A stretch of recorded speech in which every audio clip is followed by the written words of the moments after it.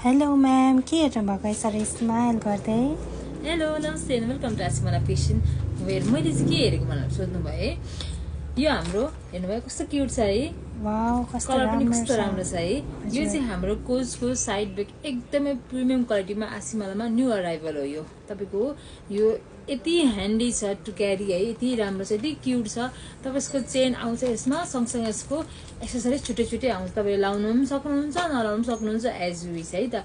अनि यसको तपाईँको भित्र चाहिँ यस्तो छ है, जिप चाहिँ छैन होइन, यसको जिपर चाहिँ छैन।